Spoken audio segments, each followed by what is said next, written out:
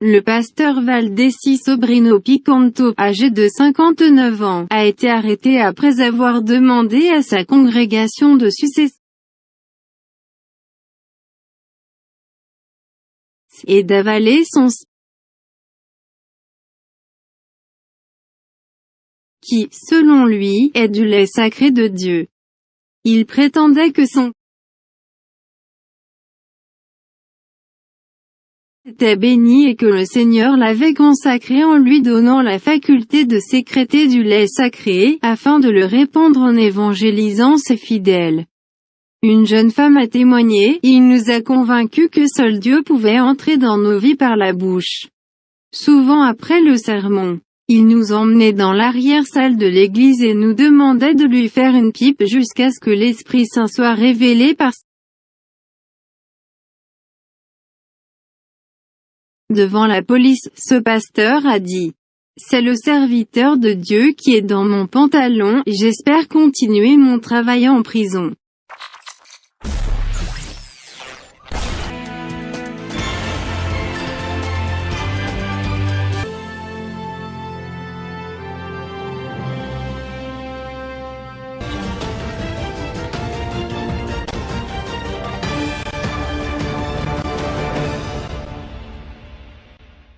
Bien-aimés dans le Seigneur, je vous salue au nom précieux de notre Seigneur et Sauveur Jésus-Christ. Aujourd'hui, je reçois pour vous la sœur Dio. Elle vient à partir de la France. Nous allons partager la parole. Aujourd'hui, nous allons parler sur la soumission d'une femme. Voilà pourquoi cette émission intitulée « À la lumière des Écritures », nous venons ici pour décortiquer la parole, afin que l'Église puisse comprendre réellement la volonté de Jésus. Malheureusement, aujourd'hui, nos sœurs, nos soi-disant sœurs, ne sont plus soumises à leur mari, mais vous êtes maintenant soumises au pasteur. Au lieu d'être soumises à vos maris, vous êtes maintenant soumises au pasteur. Aujourd'hui, c'est maintenant le bâton de Moïse. Enlever les enfants, voilà pourquoi j'ai masqué les mots. J'ai masqué les mots afin que les enfants ne soient pas scandalisés. Quand je vais balancer la vidéo, je veux que vous puissiez enlever les enfants. Parce que c'est triste ce qui se passe dans vos églises. On ne fait que parler. Quand le frère Amand vient ici vous parler, le frère Amand est mauvais. Quand le frère Will Gospel vient dénoncer, vous dites que nous sommes mauvais. Vous voyez ce qui se passe dans vos églises là. Vous étiez d'abord avec l'eau bénite. L'eau bénite, on vous a dénoncé. Vous avez fui l'eau bénite. Vous êtes maintenant dans le parfum béni. Le parfum béni, on vous a dénoncé. Vous avez quitté là-bas, c'est maintenant l'huile d'onction. L'huile d'onction, vous avez quitté, c'est maintenant, c'est difficile, hein? Le lait d'onction. Ah, c'est triste, hein? Le lait d'onction. C'est maintenant le lait d'onction. Donc, ce n'est plus l'eau bénite, soit l'eau d'onction. Ce n'est plus le parfum d'onction. Ce n'est plus l'huile d'onction. C'est maintenant le lait.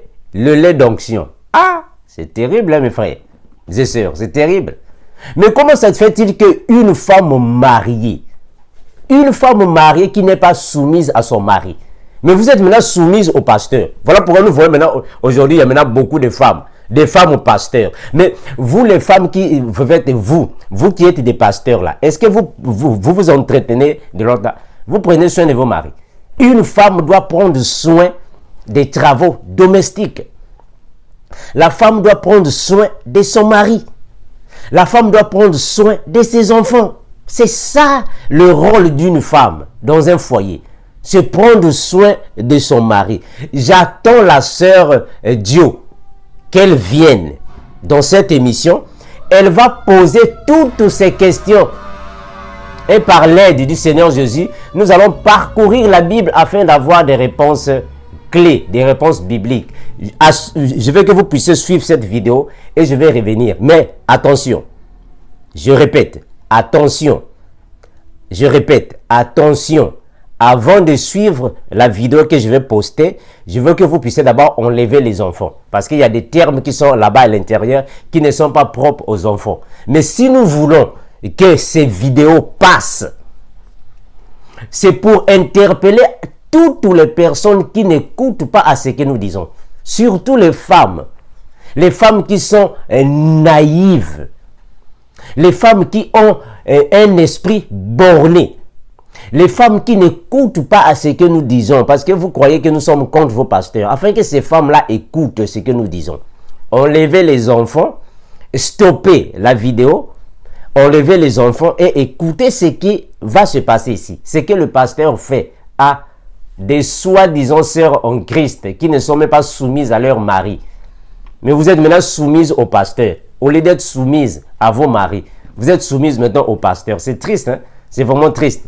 Accompagnez la vidéo. Le pasteur Valdeci Sobrino Picanto, âgé de 59 ans, a été arrêté après avoir demandé à sa congrégation de sucer son pénis et d'avaler son sperme qui, selon lui, est du lait sacré de Dieu.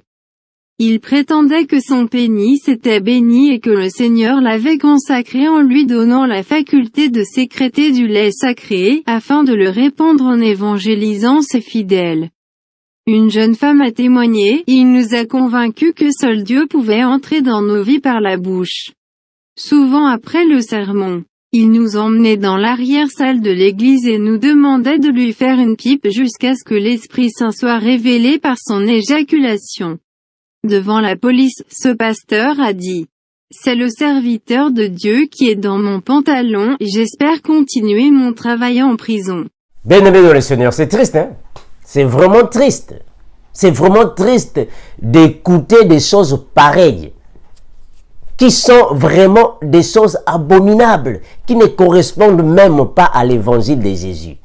Comment se fait-il qu'une femme mariée va être soumise à son pasteur au lieu d'être soumise à son mari? La Bible dit que la femme soit soumise à son mari. Mais vous êtes maintenant soumise à vos pasteurs.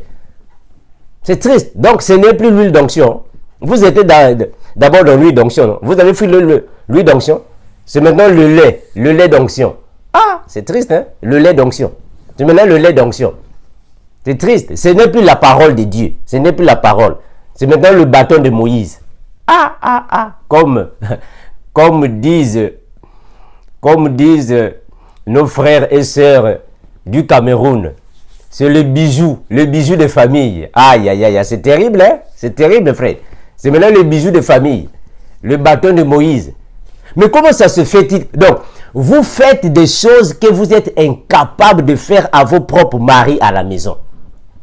Voilà pourquoi aujourd'hui, on voit maintenant, il y a maintenant plusieurs femmes. C'est comme au Congo RDC. Il y a une femme là-bas qui fait des jeûnes de prière de 100 jours. Oh! Mais comment ça se fait-il qu'une femme qui est mariée va faire un jeûne de 100 jours? Maintenant, ton mari à la maison, il dort avec qui? Tu as laissé ton mari à la maison avec qui? Toi qui fais les jeûnes de 100 jours. Ton mari est avec qui? Ton mari est avec qui? Une femme qui va faire le jeûne de 21 jours. Ton mari est resté là-bas au lit avec qui? Avec les draps. Les draps et les thés d'oreiller. Non, non, je veux faire le jeûne de 100 jours. Ah, mais quand tu fais le jeûne de 100 jours, l'autre là-bas souffre. Quand tu fais le jeûne de 21 jours, mais l'autre là-bas, il est avec qui? Et quand vous avez des problèmes sérieux dans vos mariages, et après, vous commencez maintenant à appeler. Allô, frère Armando, j'ai des problèmes dans mon mariage. Mon mari ne dort plus à la maison. Mon mari ne fait que dormir. Mais c'est normal. C'est normal, ce sont des choses comme ça. Au lieu d'être soumise à vos maris à la maison, vous êtes maintenant soumise au bâton de Moïse du pasteur. C'est triste, hein? C'est triste. Maintenant, vous êtes des chrétiens. Vous n'êtes pas des chrétiens. Vous n'êtes pas des chrétiens. J'attends la sœur Dio. Cette émission s'intitule « À la lumière des Écritures ». La sœur Dio doit venir et poser les questions. On va répondre aux questions. On va répondre.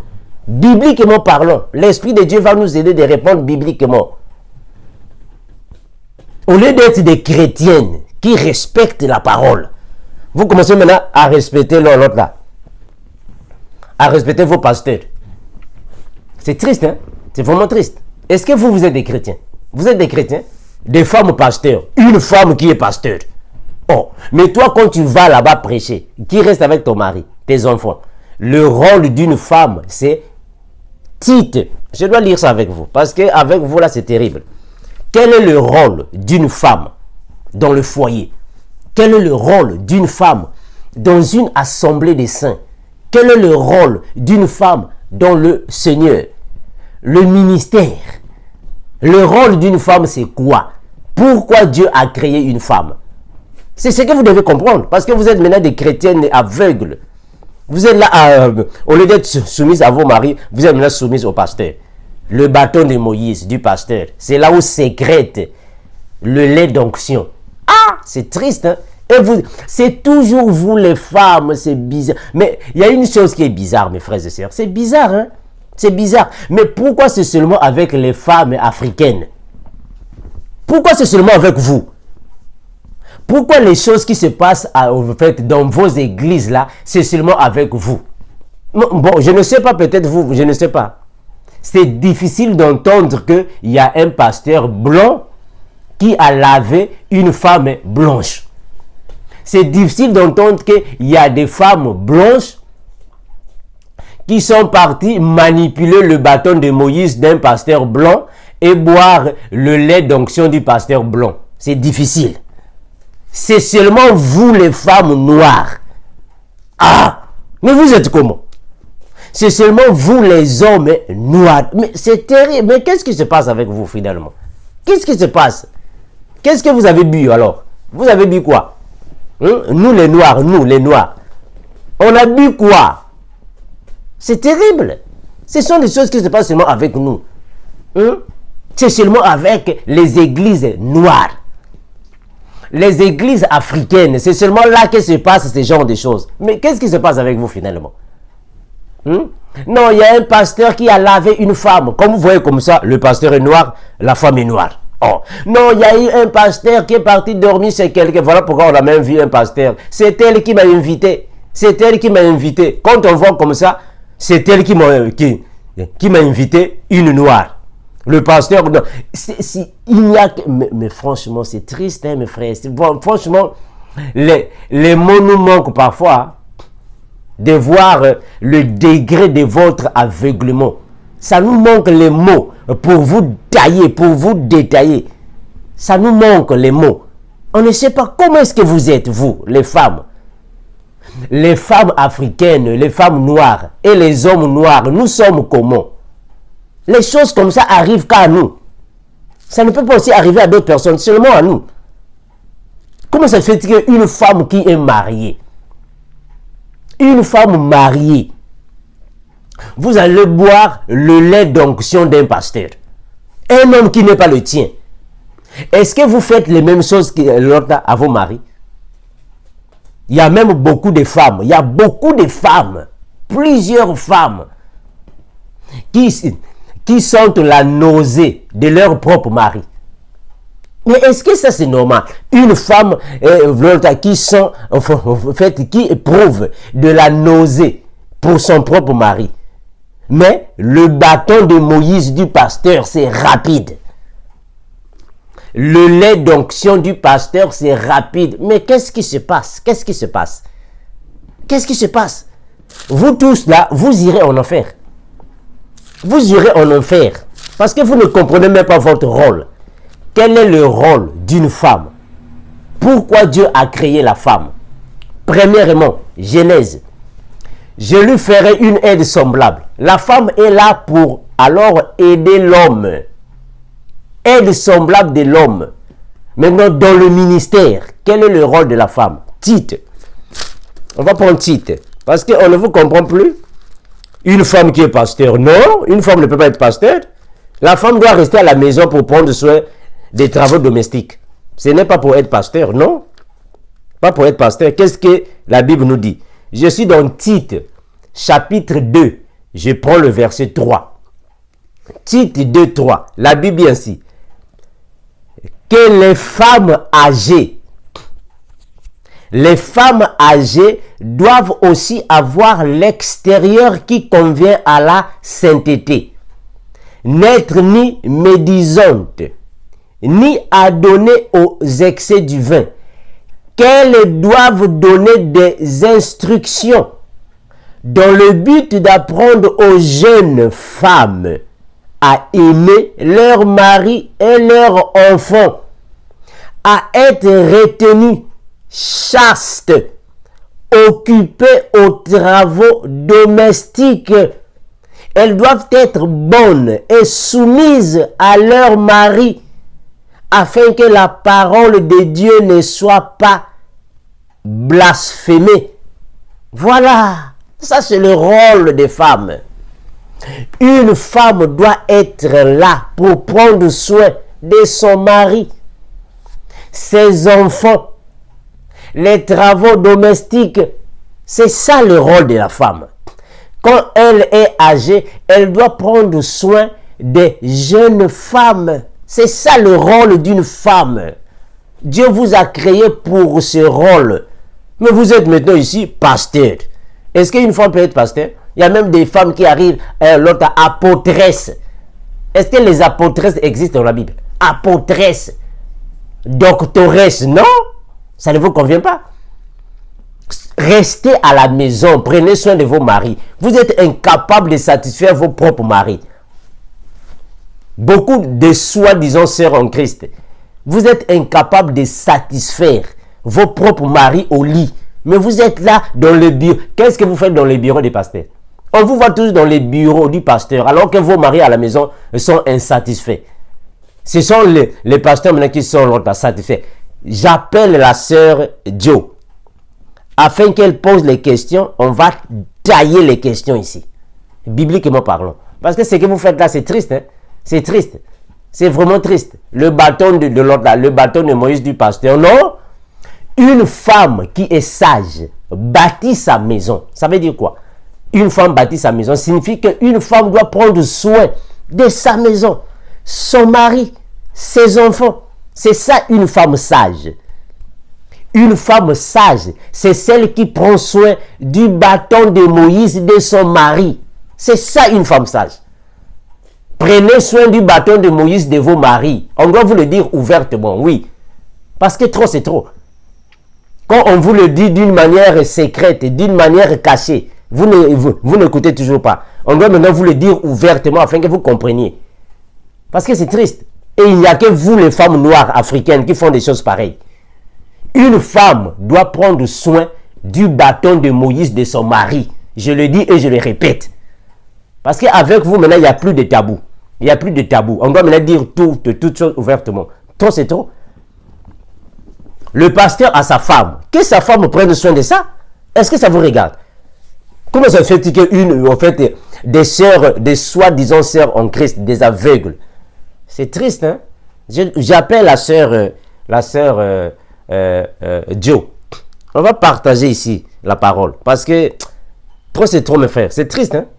Au lieu de prendre soin de vos maris à la maison. Non, je suis en jeûne. Le jeûne de 100 jours. Mais toi, quand tu fais le jeûne de 100 jours, qui prend soin de ton mari?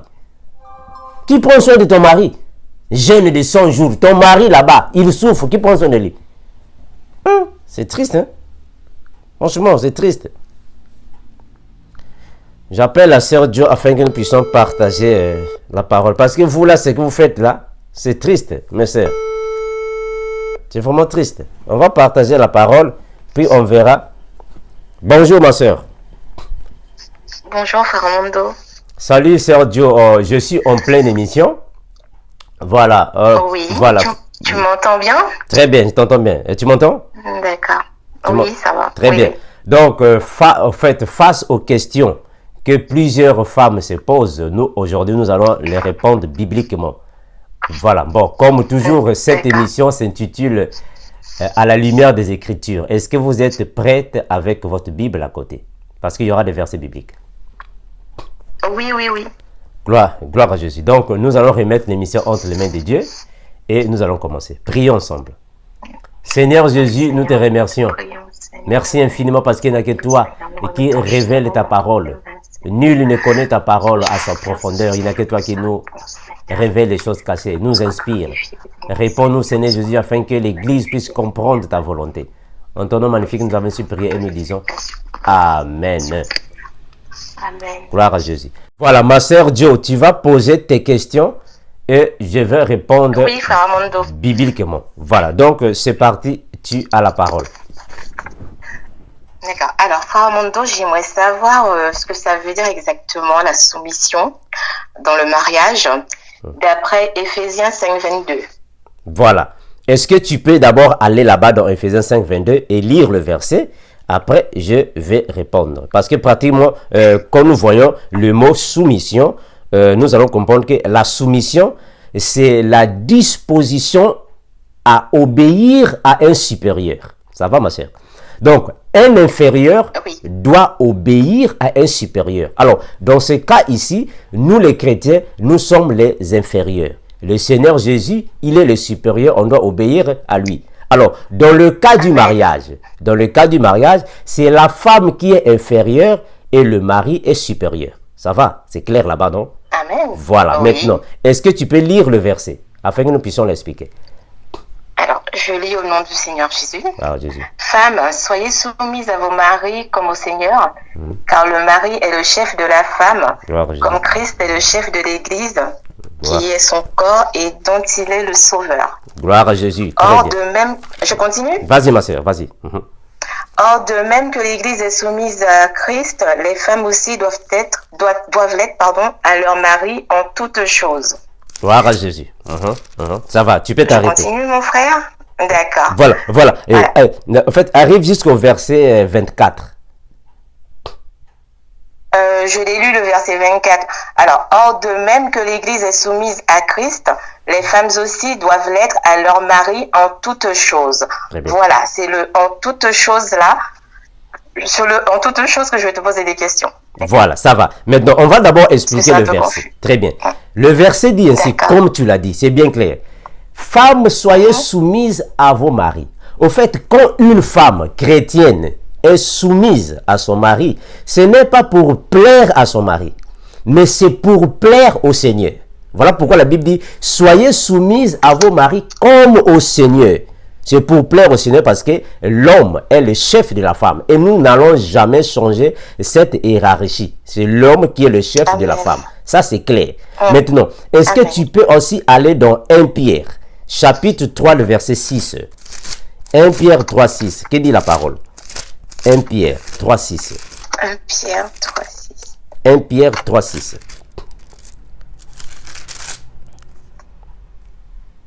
Hein? 1 Pierre 3, 6. Tu es là, ma soeur? Oui, mon frère, je suis là, une minute. Pas de problème. Cette émission, c'est à la lumière des Écritures. Donc, ceux qui veulent passer des directs avec le frère Armando dans cette émission, nous donnons les versets bibliques pour que vous-même vous puissiez lire et comprendre réellement la volonté du Seigneur Jésus. Nous sommes dans 1 Pierre, chapitre 3, le verset 6. Oui. Je lis au nom du Seigneur Jésus. Amen. Comme Sarah qui obéissait à Abraham et l'appelait son Seigneur, c'est d'elle que vous êtes devenues les filles en faisant ce qui est bien, Très bien. sans vous laisser troubler par aucune crainte. Très bien, ma soeur. En fait, tu t'arrêtes. L'apôtre Pierre a bien précisé que toutes les filles dans le Seigneur, bien sûr, nous sommes issus par Sarah, d'une manière spirituelle, par la foi. Donc, puisque Sarah était une femme très obéissante à son mari qui est Abraham, et arrivée à l'appeler par Seigneur, donc toutes les filles dans le Seigneur aussi doivent prendre l'exemple de Sarah. Donc, il n'y a pas de contradiction sur ça. C'est la femme qui doit être soumise à son mari. C'est ça la volonté de Dieu. D'accord. Voilà, ma soeur. Donc, si tu as encore d'autres questions, on peut progresser. Voilà. Donc, ma question c'est, est-ce qu'une femme mariée doit tout accepter de son mari sous prétexte qu'elle doit être soumise et que son mari est son chef? Voilà. Donc, là, je dois t'emmener dans 1 Corinthiens, chapitre 7, le verset 5. Qu'est-ce qui est là-bas? Est-ce que la femme doit être soumise à son mari en tout? Ça va, non? C'est ça la question. En tout. Oui. Voilà. Oui, oui.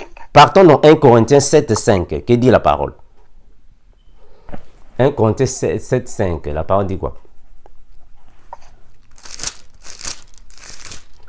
1 Corinthiens chapitre 7, le verset 5. Que dit la parole? Alors, je lis au nom du Seigneur Jésus. Amen. Ne vous privez pas l'un de l'autre, si ce n'est d'un commun accord pour un temps, afin de vaquer à la prière, puis retourner ensemble, de peur que Satan ne vous tente par votre incontinence. Très bien, c'est bien dit. L'apôtre Paul a dit, ne vous privez pas l'un à l'autre. Et il continue. Et il dit quoi? Il dit que ne vous privez pas l'un à l'autre, si ce n'est d'un commun accord. C'est très important. Si ce n'est d'un commun accord. C'est-à-dire que la femme doit être soumise à son mari. Maintenant, tout ce que ton mari va te dire et que tu n'es pas prête de le faire, tu n'es pas convaincu de le faire, c'est alors qu'on va parler d'un commun accord. Il faut que vous puissiez vous entendre. Il faut que vous puissiez dialoguer afin d'avoir une idée principale. C'est par rapport à cette idée, à cette harmonie que vous allez avancer. Ça va, ma soeur? Ah, bon, attention, attention. Je dois préciser une chose que là, nous sommes en train de parler sur un mariage d'un chrétien et une chrétienne. Attention, parce qu'il ne faut pas qu'il y ait des confusions, parce que nous avons 3 types de mariages. Le mariage des chrétiens et chrétiennes, le mariage des chrétiens et païennes, et le mariage des païens et païennes. À ne pas confondre. Là, nous sommes en train de parler sur le mariage un mariage chrétien. Mais alors, nous avons aussi des personnes qui ont des partenaires païens. On va maintenant éclairer ça dans ce contexte-là. Ça va, non? Oui, j'ai une question qui arrive là-dessus. Il n'y a pas de problème. Donc, maintenant, sur cette question, est-ce qu'on peut aussi prendre Psaume, chapitre 37, le verset 5? Psaume 37, le verset 5, parce que les versets bibliques vont nous aider à répondre à tes questions. Psaume, chapitre 37, le verset 5. Tu es là, ma soeur? Attends. 37, 5. Que dit la parole? Psaume 37, 5. Recommande ton sort à l'Éternel, mets en lui ta confiance et il agira. Amen. Gloire à Jésus, gloire à Jésus, c'est bien dit. Amen. Recommande ton sort à l'Éternel. Or, nous comprenons que le sort signifie une chose qui est contre ta volonté. Ça va, non? C'est ça qu'on appelle le sort. Voilà, c'est ça le sort. Une chose qui est contre ta volonté est un sort. Alors, qu'est-ce que le roi David dit ici? Recommande ce sort-là à l'Éternel. C'est lui qui va agir. Donc, si ton mari te demande de faire des choses qui sont contraires à ta volonté, recommande ça à l'Éternel. Dis à l'Éternel que Seigneur, moi je reconnais que mon mari est mon chef. Mon mari est supérieur à moi. Mais il me demande de faire une chose que je ne peux pas faire. Qu'est-ce que je peux faire? C'est l'Éternel qui va agir. Ça va, ma soeur? Oui. On va encore prendre Ésaïe, parce que ici, c'est la parole. Ici, c'est la parole, ma soeur. Amen. On va prendre Ésaïe. Amen, amen. Ésaïe, chapitre 8, le verset 20. Que dit la parole? À la lumière des Écritures. Ésaïe, chapitre 8, le verset 20. Ésaïe 8, 20. Que dit la parole? Ésaïe 8, 20. Ésaïe 8, 20. Nous sommes là, ma soeur. Ésaïe chapitre 8, le verset 20. Ah, ici. Alors, je lis au nom de Jésus. Gloire à Jésus. À la loi et au témoignage, si l'on ne parle pas ainsi, il n'y aura point d'aurore pour le peuple. Gloire à Jésus, ma soeur. Le prophète Ésaïe, il dit ceci: à la loi et au témoignage. C'est clair. À la loi et au témoignage, il n'y aura point d'aurore pour le peuple. C'est-à-dire que nous, les chrétiens, quand nous faisons face à une chose qui est contraire à la volonté, on doit se baser à la loi. La loi, ici, il fait allusion aux Écritures. Aux Écritures, mais aussi au témoignage. Donc, à la loi et au témoignage. C'est-à-dire qu'il y a des choses que la Bible ne peut pas nous éclairer mais l'esprit peut nous éclairer. Ça va, non? Donc, il y a des choses que ton mari peut te dire de faire, que dans la Bible, tu ne vas pas les voir, tu ne vas pas les trouver. Mais l'esprit peut nous éclairer par rapport à ses préoccupations. Voilà pourquoi David a dit, recommande ce sort-là à l'Éternel. Et lui-même, il agira. C'est bon, ma soeur. Donc, est-ce qu'on peut évoluer? Bon, quelque part, tu as déjà répondu à la troisième question, parce que ça a un lien avec les rapports sexuels, parce qu'il y a, il y a des hommes qui demandent certaines pratiques sexuelles à leur conjointe, alors que, étant chrétiens, elles ne peuvent plus pratiquer.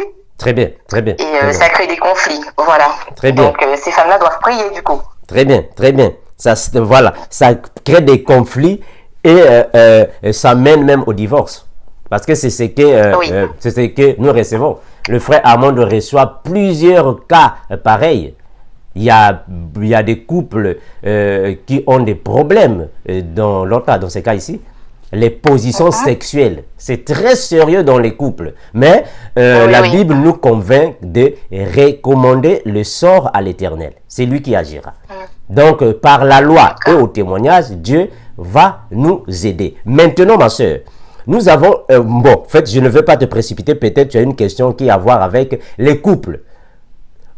Nous, au fait, nous, ce que nous sommes en train de dire ici, nous faisons allusion au couple d'une manière générale. Mais sauf que il y a des couples chrétiens et les couples là-bas, il y a le mix chrétien et païen. Ça va, non? On doit bien l'éclairer aussi. Donc, on va évoluer avec tes questions. Vas-y, ma soeur. Alors, non, j'y suis pas encore... Non, en fait, pose tes questions. On va les répondre bibliquement. D'accord. Par exemple, il y a aussi le cas d'une femme, par exemple, qui a fait des études et qui se marie avec un homme, et voilà. Et après, cet homme refuse qu'elle travaille. Et si la femme n'est pas d'accord avec ça, elle fait comment? Elle n'est pas soumise non plus à son mari dans ce cas-là? Le dialogue. Le dialogue. Qu'est-ce que le verset, en fait, 1 Corinthiens 7, 5 que nous avons lu? Il faut qu'il y ait un commun accord. Il faut qu'il y ait un commun accord. C'est-à-dire que une femme peut avoir le doctorat universitaire et que ton mari peut être un illettré menuisier. Quelle que soit cette position, tu dois être soumise à ton mari. Tu dois être soumise. Quelles que soient les richesses du mari. Au fait, ce qui se passe est que ce que la Bible nous demande, c'est le commun accord. Le commun accord, d'une manière simple et verbale, signifie le dialogue. Il faut qu'il y ait le dialogue dans le mariage. L'homme et la femme doivent se faire comprendre. C'est ça, ma soeur. Je ne sais pas si... en fait, je ne sais pas si j'ai répondu à ta question. Vas-y, ma soeur, tu es libre, tu es libre. Mais si la femme n'est pas d'accord avec le fait que son mari lui dise de ne pas aller travailler, bon, la femme, si elle a fait des études, c'est bien pour travailler, non? Très bien. Donc, elle peut pas accepter comme ça, je sais pas moi. Très bien, très bien. On évolue, ma soeur. On a besoin d'être indépendante aussi. Très bien, je comprends, ma soeur, je comprends. Maintenant, on a un problème. C'est là où que je te parlais sur les types de mariage. Quand déjà une femme n'est pas soumise à son mari, là, on fait face à un mariage qui n'est pas chrétien. Ça va, ma soeur? Je ne culpabilise pas quelqu'un. Moi, je suis dans la Bible. Parce que moi, c'est que la... Très bien. Très bien. Ce que la Bible nous dit est que une femme doit être soumise à son mari. Ça, il s'agit d'une femme qui est chrétienne. Le mari est chrétien, les deux correspondent à la parole. Alors, quand la femme n'est pas soumise à son mari, là, nous ne sommes plus dans le contexte du mariage chrétien, on est maintenant dans le contexte d'un mariage chrétien et païen. Parce que ça, maintenant, c'est une femme qui est païenne. Elle n'est pas chrétienne, parce qu'elle n'est pas soumise à son mari. C'est clair, non? C'est clair, ma soeur? D'accord, d'accord. Bah, en fait, tout se discute en amont, hein, déjà, pour savoir si ce qui va se passer dans le couple une fois marié. Et c'est pas dans le couple qu'il faut parler de ces choses-là non plus. Mais très bien, très bien. Voilà pourquoi nous parlons sur les types de mariage. Parce que j'ai l'impression qu'il y a beaucoup de femmes qui se marient et puis après elles se retrouvent piégées Mais voilà, c'est ça. Voilà pourquoi comme piégé, quoi. Il faut discuter en amont.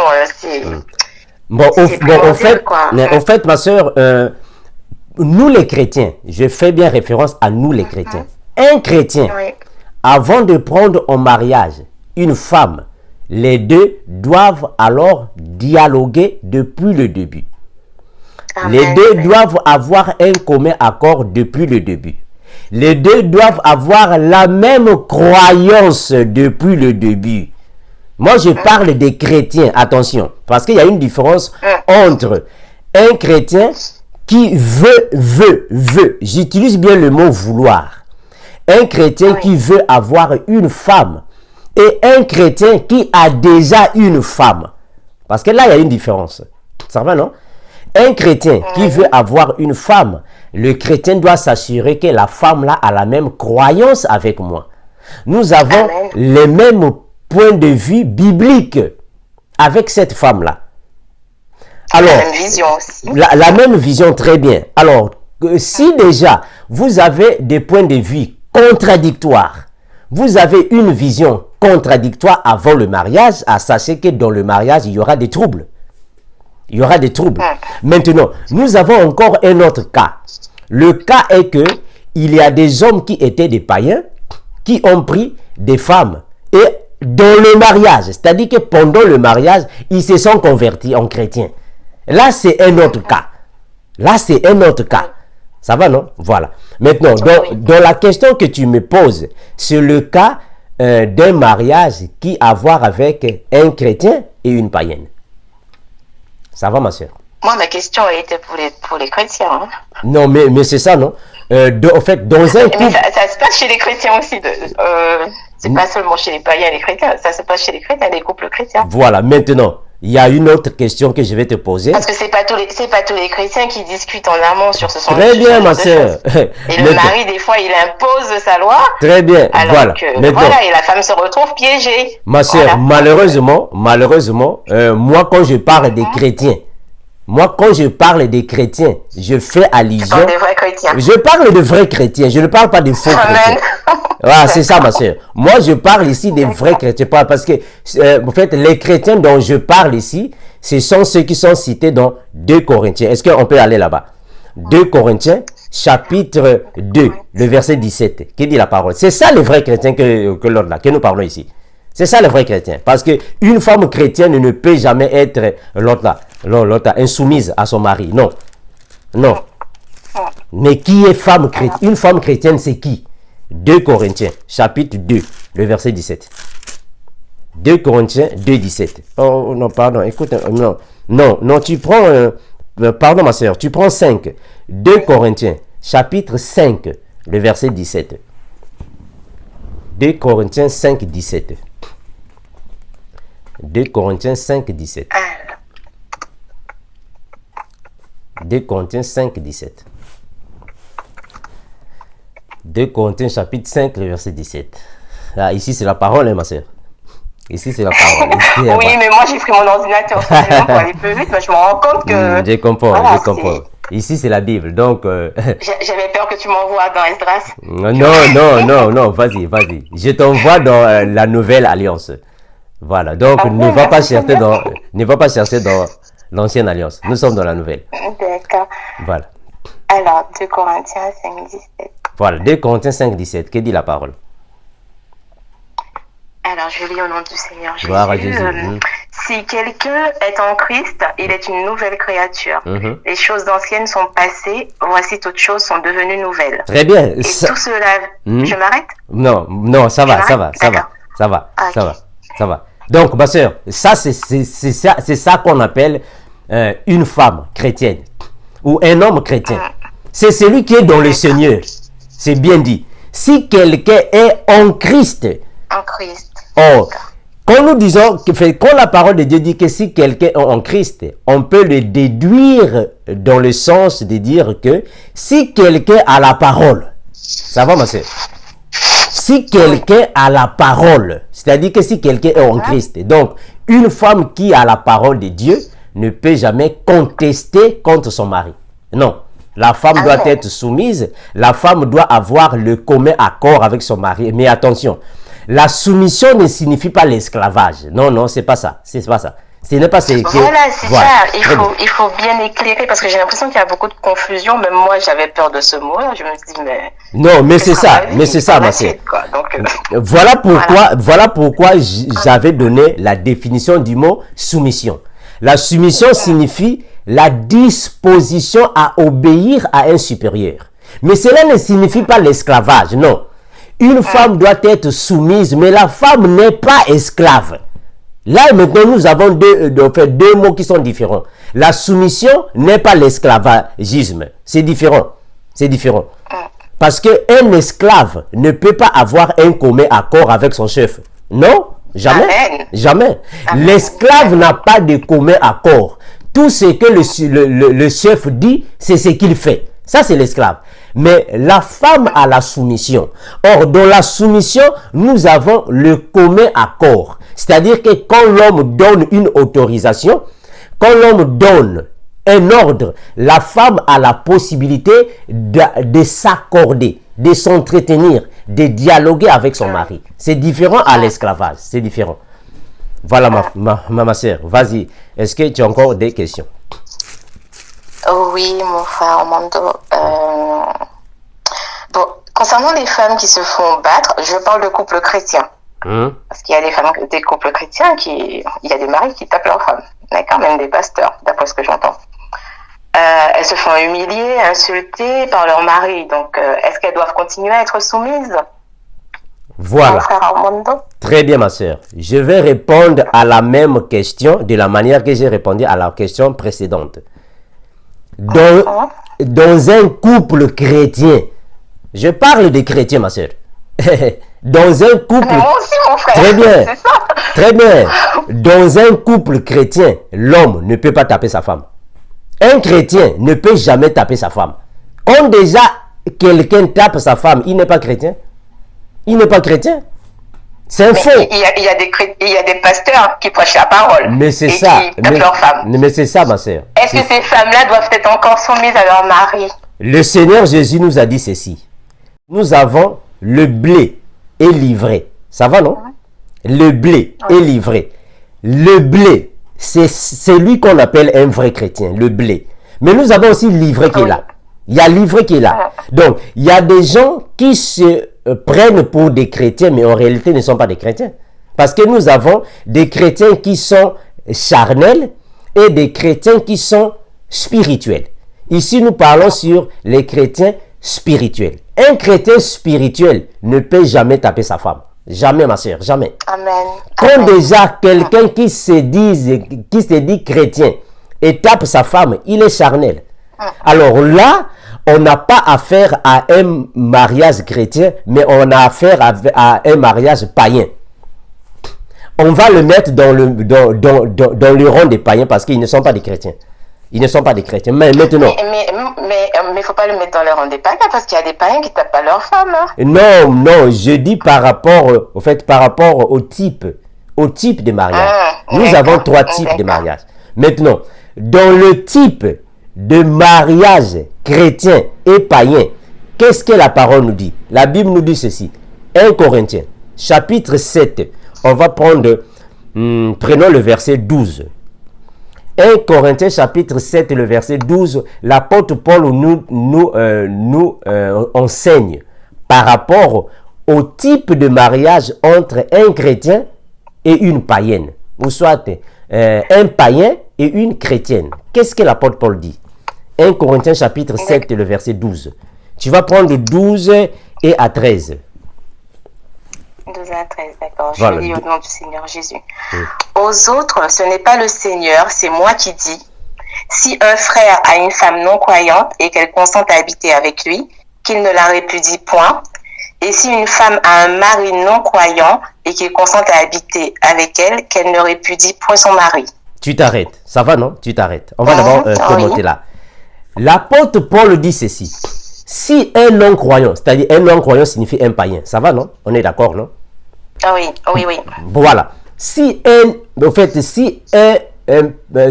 païen a une femme chrétienne et que la femme chrétienne consente d'habiter avec le païen, qu'il ne chasse pas le païen. Et vice-versa. Ce qui signifie que si le païen est convaincu d'avoir cette femme qui est païenne, les deux peuvent rester ensemble. Mais s'il n'est pas convaincu, il peut chasser cette femme. Ils peuvent en fait divorcer. Parce qu'il n'est pas convaincu avec la femme. Maintenant, pourquoi? La réponse se trouve dans le verset 15. Va dans le verset 15. Le verset 15. Qu'est-ce dit le verset 15? Alors, si le non-croyant se sépare, qu'il se sépare. Le frère ou la sœur ne sont pas liés dans ces cas-là. Voilà. Dieu nous a appelés à vivre en paix. Très bien. Amen. Très bien. Amen. Donc, l'apôtre Paul dit ceci. Si un païen a une femme à la maison et que la femme est chrétienne et que le païen ne fait que taper la femme, frapper la femme, humilier la femme là qui est chrétienne, c'est à elle de prendre les décisions. Si elle veut se séparer, qu'elle se sépare. Parce que les deux ne sont pas unis. Pourquoi l'apôtre Paul dit que les deux ne sont pas unis? Il dit ça pourquoi? Les deux ne sont pas unis. Mais parce que dans la Bible, dans Genèse, la Bible nous dit ceci. L'homme quittera son père et sa mère, les deux s'attacheront et seront une seule chair. Ils sont unis. Voilà. Maintenant, il y a des mariages que le couple n'est pas uni. Parce qu'ils n'ont pas la même foi, la même croyance. Alors dans ce cas ici, la femme peut se séparer. L'homme peut se séparer parce qu'ils ne sont pas unis. Ils ne sont pas unis, pourquoi? Parce que la femme est chrétienne. La croyance de la femme est différente à la croyance de l'homme. Dans ce cas-là, ils ne sont pas unis parce qu'ils n'ont pas le même Seigneur. Je donne un exemple qui est palpable. Supposons qu'aujourd'hui, moi, je suis chrétien, je crois en Jésus-Christ. Ça va, non? Je crois en Jésus-Christ. Alors, j'ai une femme. Ma femme est bouddhiste. Elle croit à Bouddha. Ce qui veut dire que moi et ma femme, nous vivons dans une même maison, mais spirituellement, nous ne sommes pas unis. Parce que nous avons des croyances différentes. C'est clair, non? Voilà. Donc, puisque nous ne sommes pas unis spirituellement, par rapport à nos différences de croyances, donc on peut se séparer. On peut se séparer, il n'y a pas de problème. Mais quand on va se séparer, on peut se marier. Ça va, non? Parce que nous ne sommes pas unis. Parce qu'on doit comprendre une chose. Le remariage est un péché par rapport à nous, les chrétiens. Le couple chrétien et chrétien, c'est différent à un couple chrétien et païen. Là aussi, c'est un autre enseignement que nous devons donner. Donc, excuse-moi, frère Armando, quand c'est couple chrétien païen, si les deux personnes se séparent, et même si elles sont mariées, elles peuvent se remarier, c'est ça? Très bien. Parce qu'elles ne sont pas unies spirituellement, c'est ça? Voilà. Relis, ma soeur. Relis le verset. 1 Corinthiens chapitre 1 et 7, le verset 15. Relis ça, on va commenter ça. Alors, si le non-croyant se sépare, qu'il se sépare. Le frère ou la sœur ne sont pas liés dans ces cas-là. Arrête-toi là-bas. Ça va, arrête-toi. L'apôtre Paul dit ceci. Si le non-croyant se sépare, qu'il se sépare, les deux ne sont pas liés. Ils ne sont pas liés. C'est-à-dire qu'ils n'ont pas une alliance devant le Seigneur. Ils ne sont pas reconnus comme formant une seule chair. Ils ne sont pas liés. D'accord. Donc ça c'est un mariage entre un chrétien et une païenne. Ça va? C'est différent avec le mariage d'un chrétien et un païen. Pardon, et une païenne. C'est différent. Parce que je t'assure, ma soeur, que un couple peut se divorcer et se remarier. Ça va? Je donne un exemple qui est palpable. Aujourd'hui, ici aux États-Unis ou soit dans d'autres pays, ils ont autorisé le mariage homosexuel. Ça va, non? Un homme peut se marier avec un homme. Maintenant, quand ils vont se marier, ils peuvent divorcer et se remarier dans le bon sens. Vrai ou faux? Oui, tout à fait. Voilà, c'est ça. Donc, ils peuvent se divorcer et se remarier dans le bon sens. Ça, c'est le premier cas. Le deuxième cas, quand un païen se marie avec une chrétienne et que la chrétienne ne se contente pas de vivre avec le païen, la chrétienne là n'est pas liée à ce païen. La chrétienne n'est pas liée. Elle peut divorcer et se remarier. Parce qu'elle n'est pas liée. Maintenant, le remariage que la Bible nous défend, c'est quel mariage? C'est le mariage chrétien. C'est-à-dire qu'un chrétien, voilà, quand un chrétien se marie avec une chrétienne et que les deux se séparent, il y a des procédures à suivre. Quelles sont les procédures? On va aller dans la Bible. Prenons la Bible. On va lire quelles sont les procédures qu'un chrétien et une chrétienne doivent suivre. On va aller dans la Bible. On va aller dans la Bible. Voilà, voilà. Qu'est-ce que la Bible nous dit? La Bible nous dit ceci. Vas-y, ma soeur. Tu m'as pas donné le chapitre. Voilà, il n'y a pas de problème. Enfin, voilà, je cherche le verset parce que... Ah, d'accord. Voilà, on doit lier ça. Voilà. Va dans 1 Corinthiens chapitre 7 toujours. Tu prends le verset 11. Je me doutais que c'était ça. Je me doutais que c'était dans Corinthiens. Voilà. Le chapitre 11. Voilà. Enfin, le verset 11, pardon. Voilà. Prends...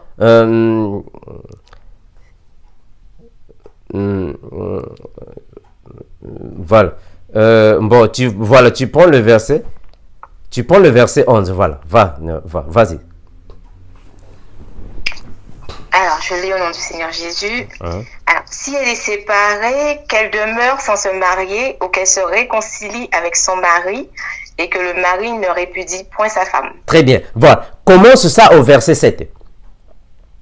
Commence ça au verset 7. D'accord. Je voudrais que tous les hommes fussent comme moi, mais chacun tient de Dieu un don particulier.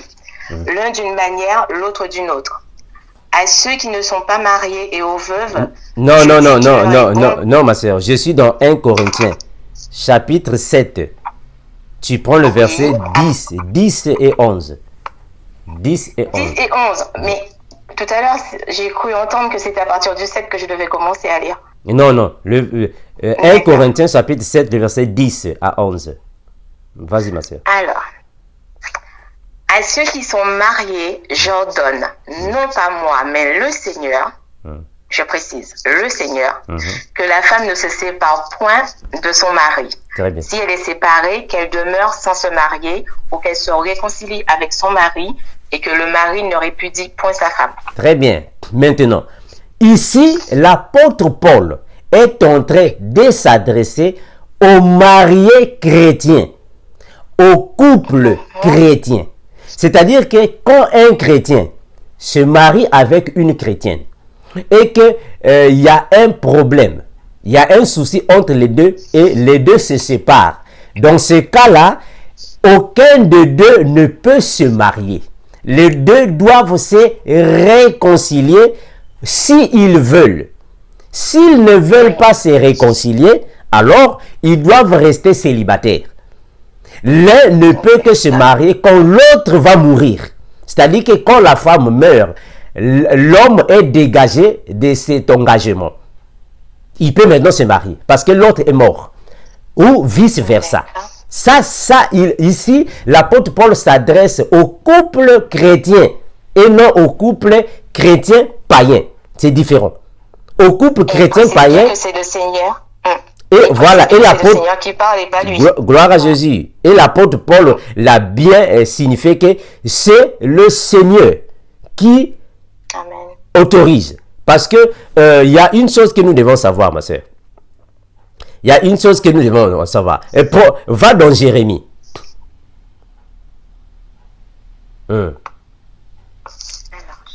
Vas-y. Vas-y, ma soeur. Dans Jérémie, prends Jérémie. Jérémie chapitre 3, tu lis le premier verset. Jérémie chapitre 3, le premier verset. Jérémie chapitre 3, 1. Alors, 3, 1. Jérémie chapitre 3, 1. On va prendre quelques versets bibliques. Jérémie 3, 1. D'accord. Je lis au nom du Seigneur Jésus. Il dit, lorsqu'un homme répudie sa femme, qu'elle le quitte et devient la femme d'un autre, cet homme retourne-t-il encore vers elle? Le pays même ne serait-il pas souillé? Oui. Très bien. Et toi, tu t'es prostituée à de nombreux amants et tu reviendrais à moi, dit l'Éternel. Très bien. Très bien. Je lis le 2 ou pas? Non, ça va. Ça c'est la première pensée de l'Éternel. Maintenant, on va prendre la deuxième pensée et on va commenter là-dessus. Va dans Luc, chapitre 16, le verset 18. Luc 16, 18. Que dit la parole? Luc 16, 18. Luc 16, 18. Alors, Luc 16. Luc 16, 18. Luc 16, 18. Que dit la parole de Dieu? Luc chapitre 16, le verset 18. Ça va, non? Luc 16. Attends, frère. Parce que mon ordinateur, là... Non, ça va. Vas-y, tu peux entendre. Alors, 16, 18, hein, c'est ça? Voilà, Luc 16, 18. Alors, je lis au nom du Seigneur Jésus. Quiconque répudie sa femme et en épouse une autre commet un adultère. Et quiconque épouse une femme répudiée par son mari commet un adultère. Très bien. J'avoue que ce verset-là, je comprends pas trop. Voilà, on va l'expliquer, ma sœur. Quiconque répudie, est-ce que je peux relire? Quiconque répudie sa femme et en épouse un autre commet un adultère. Et quiconque épouse une femme répudiée par son mari commet un adultère. Très bien. Maintenant, on va expliquer ce verset. Quand le Seigneur Jésus dit quiconque répudie sa femme et en épouse une autre commet un adultère, le Seigneur Jésus s'adresse aux chrétiens. Il ne s'adresse pas aux païens, aux chrétiens. Quand un chrétien répudie sa femme de la maison et prend une autre femme, il commet l'adultère. Et la femme qui est partie aussi, l'homme qui va l'épouser, commet l'adultère. Il s'adresse aux chrétiens. Il ne s'adresse pas aux païens, aux chrétiens. Ça va, ma soeur? Oui. Pourquoi? Parce que la Bible dit ceci. La Bible dit que personne ne sépare ce que Dieu a uni. Ça va, non? Amen. Que personne ne sépare ce que Dieu a uni. La Bible s'adresse aux chrétiens et non aux païens, aux chrétiens. Ça va? Parce qu'on peut donner un exemple. On peut donner un exemple. En fait, un couple des homosexuels. Est-ce que c'est Dieu qui les a unis? Oui. Non. Non. Donc, on peut les séparer. Ouais. On peut les séparer, non? Ça va, non? D'accord. Mais parce qu'il y a quelque chose... Attendez. Attends, Armando. Si moi, mon mari me trompe, et que moi, je me sépare de lui et que j'épouse quelqu'un d'autre, moi, je commets l'adultère. Non. Écoute. C'est ça qui est confus, en fait. Non. Écoute, ma soeur. Il faut bien éclairer ça. Oui. Nous avons 3 types de mariage. Voilà pourquoi nous avons fait cette émission à la lumière des Écritures pour éclairer les points que dans plusieurs églises, les pasteurs n'expliquent pas avec certitude et avec versets bibliques à l'appui. Parce qu'il y a plusieurs sœurs qui m'appellent avec les mêmes questions. Donc, nous allons l'éclairer. Nous avons 3 types de mariage. 3 types. Premièrement, le mariage entre un chrétien et une païenne. Ça, c'est le premier mariage. Oui. Excuse. Deuxièmement, le mariage entre un païen et une païenne. Ça, c'est le deuxième type de mariage. Le troisième type de mariage, un chrétien et une chrétienne. 3 types de mariage dans la Bible. Maintenant, parmi les 3 types de mariage, le Seigneur Jésus s'adressait aux mariés chrétiens. C'est-à-dire que les mariés croyants. Sans te couper, frère Armando, tu as dit le troisième c'est chrétien païen. C'est ça. Bon, voilà. Il y a chrétien, d'accord, en 1, en 2, païen, et en 3, chrétien païen. On est d'accord. Très bien. Ça, ce sont les 3 types de mariage. Maintenant, excuse.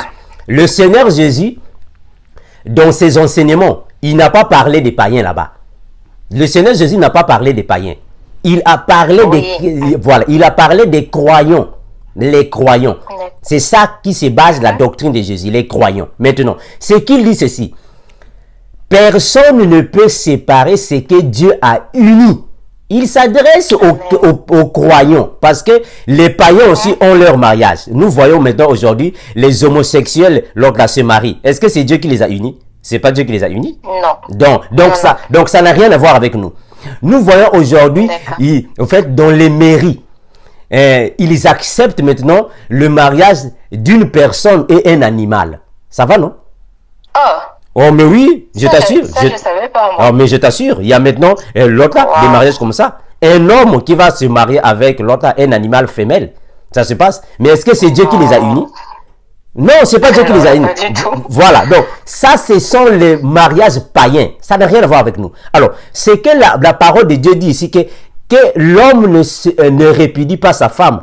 Il s'adresse aux hommes croyants. Parce que qui a commencé avec cet enseignement, c'est le prophète Moïse. Le prophète Moïse l'avait dit dans sa parole.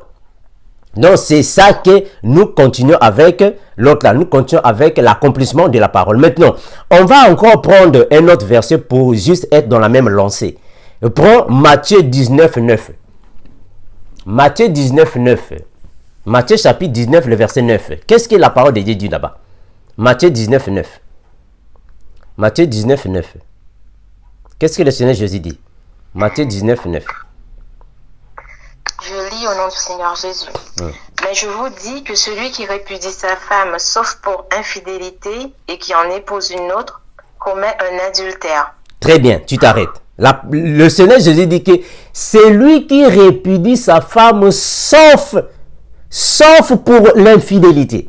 C'est-à-dire que quand un homme chrétien a une femme chrétienne et que la femme chrétienne tombe par un péché qui est infidèle, c'est-à-dire que la femme chrétienne commet l'adultère, c'est à l'homme de prendre la décision. C'est l'homme qui prend la décision, ou soit de la répudier pour rester célibataire, ou soit de la pardonner pour faire la réconciliation. C'est la même chose qui s'est passé avec moi, le frère Armando. Ça s'est passé avec moi. Moi, quand j'étais avec ma femme, quand Dieu ne m'avait pas encore puni, j'étais un homme adultère. Parce que j'avais donné mon témoignage. Oui. J'étais un homme adultère. Oui. J'ai fait l'adultère. Et quand le Seigneur s'était révélé à moi, c'était en 2015. Le Seigneur m'a convaincu de demander pardon à ma femme. J'ai appelé ma femme et j'ai dit à ma femme, chérie, tu me pardonnes, au fait, quand j'étais l'autre au pays, je sortais avec une de tes amies. Je demande pardon pour ça. Et elle a commencé de pleurer, elle a beaucoup pleuré et après, elle m'a pardonné. C'est ce que le Seigneur Jésus-Christ a dit. Donc, ça dépendait d'elle. Si elle m'avait pardonné, c'est parce que c'est elle qui a voulu me pardonner. Mais sinon, c'est à elle à prendre la décision dans ce cas ici parce que c'était un cas d'infidélité. Oui. Maintenant, continue le verset 16. Pardon, le verset 10. Qu'est-ce que les disciples ont dit à Jésus? Le verset 10, continue. Si telle est la condition de l'homme à l'égard de la femme, il n'est pas avantageux de se marier. Voilà, très bien. Et le Seigneur dit quoi? Mais c'est vrai, frère Armando. Très bien. Et le Seigneur dit quoi? Le Seigneur dit quoi? Verset 11. Le Seigneur leur répondit, tous ne comprennent pas ces paroles, mais seulement ceux à qui cela est donné. Gloire à Jésus. Gloire à Jésus. Amen. Tu as entendu ce que le Seigneur Jésus a dit? Le Seigneur Jésus a dit ceci. Tous ne comprennent pas. Très bien. Tous ne comprennent pas cette parole. Tous ne comprennent pas cette parole. Mais cette parole est comprise seulement à ceux qui leur a été donné. C'est ce que nous disons. Voilà. Mais c'est à qui? La parole a donné à qui? À ceux qui ont reçu le don de l'enseignement, ma soeur. Pour enseigner la parole. Parce que le problème du mariage est mal enseigné dans plusieurs églises. Les pasteurs oublient que nous avons 3 types de mariage. Le frère Amand est obligé. Non, j'avais déjà fait longtemps une vidéo sur ça, non? J'ai fait une vidéo sur ça, ma soeur. Ceux qui veulent d'abord comprendre le mariage, prenez la vidéo du frère Armando. J'avais fait une vidéo sur les 3 types de mariage. J'avais déjà fait une vidéo sur ça, ma soeur. Donc, on peut pour nous passer. D'accord. Je continue mes questions ou pas? Non, oui, ma soeur. Si tu as encore des questions, continue. Nous avons encore... oui. Voilà, prenons au moins... prenons peut-être 20 minutes. Hein. D'accord. Bon, est-ce qu'une femme doit être soumise à un mari païen? Bon, je suppose que oui. Quoi? Tu dis quoi? Mais Tu dis quoi? je suppose que oui. Gloire à Jésus. Est-ce qu'une femme chrétienne doit être soumise à un mari païen? Quelle est ta réponse? Ma réponse est oui. Gloire en à toutes Jésus. circonstances. Oui, ma soeur, oui. Une femme Amen. chrétienne doit être soumise à un mari païen. Ça va, ma soeur? C'est comme ça qu'elle va gagner son mari, justement. Gloire à Jésus, gloire à Jésus, c'est ça, ma soeur, Amen. gloire à Jésus. On va prendre un verset biblique pour ne pas scandaliser ceux qui sont à la maison. Prenons 1 Pierre. 1 Pierre. 1 Pierre. 1 Pierre chapitre 3, le verset 1 à 6. 1 Pierre 3, 1 à 6. 1 Pierre 3, Je lis 1 au à nom du 6. Seigneur Jésus, j'y suis déjà. Ouais.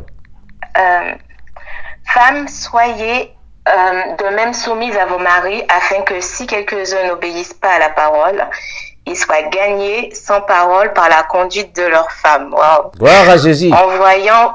En voyant votre manière de vivre chaste et réservée. Très bien. ma Ayez soeur. non... Je continue? Non, ça va, tu t'arrêtes, Et- ça va. D'accord. Ça va. Oh, non, tu dans quel verset? Je me suis arrêtée au 3. Non, vas-y, continue, ma soeur. Pardon, continue. Ayez non cette parure extérieure qui consiste dans les cheveux tressés, les ornements d'or ou les habits qu'on revêt, mais la parure intérieure, Gloire à est Jésus. cachée dans le cœur, la pureté incorruptible d'un esprit doux et paisible, qui est un grand prix devant Dieu. Ainsi se paraient autrefois les saintes femmes qui espéraient en Dieu, soumises à leur mari. Je lis le 6 aussi, c'est ça? Vas-y, ma soeur. D'accord. Comme Sarah qui obéissait à Abraham et l'appelait son Seigneur.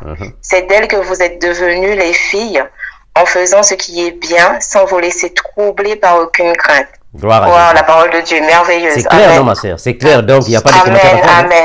Gloire à Jésus. Donc, l'apôtre Pierre dit que une femme qui est chrétienne. Ici, l'apôtre Paul, voilà. Maintenant, tu vois maintenant la différence? Tu vois maintenant la différence dans j'ai parlé sur les différents types de mariage. Oui, oui.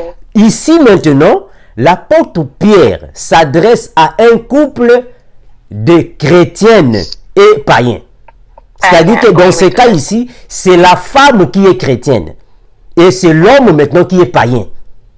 Oui, oui. Ça, c'est un type de mariage. Maintenant, dans ce type ici, qu'est-ce que l'apôtre Pierre dit? Je vais le lire avec l'autre, avec commentaire. Ça va, ma soeur? Voilà. Vas-y, mon frère. Très bien. L'apôtre Pierre dit ceci. Femmes, soyez de même soumises à vos maris, afin que si quelques-uns n'obéissent point à la parole, c'est-à-dire que quelques-uns qui n'obéissent pas à la parole, ce sont les païens. Ça va, non? Oui. Voilà. Donc, c'est-à-dire que la femme est chrétienne, mais son mari est païen. Je continue. Quelques-uns qui n'obéissent pas à la parole, ils soient gagnés sans la parole, par la conduite de leur femme. C'est clair. Donc, vous pouvez lire ça à la maison. C'est-à-dire que la conduite d'une femme chrétienne peut gagner un païen. Et le païen va aussi devenir chrétien. Parce que l'apôtre Paul nous convainc que la sanctification de la femme peut aussi être une source de bénédiction pour son mari. Le mari peut devenir sanctifié par sa femme. C'est clair, non? Amen. Voilà. Maintenant, est-ce que nous pouvons aussi prendre 1 Corinthiens chapitre 7, le verset 14? 1 Corinthiens 7 et 14. Qui dit la parole? 1 Corinthiens 7 et 14. 1 Corinthiens 7 et 14. 1 Corinthiens 7 et 14. Je lis au nom du Seigneur Jésus. Amen.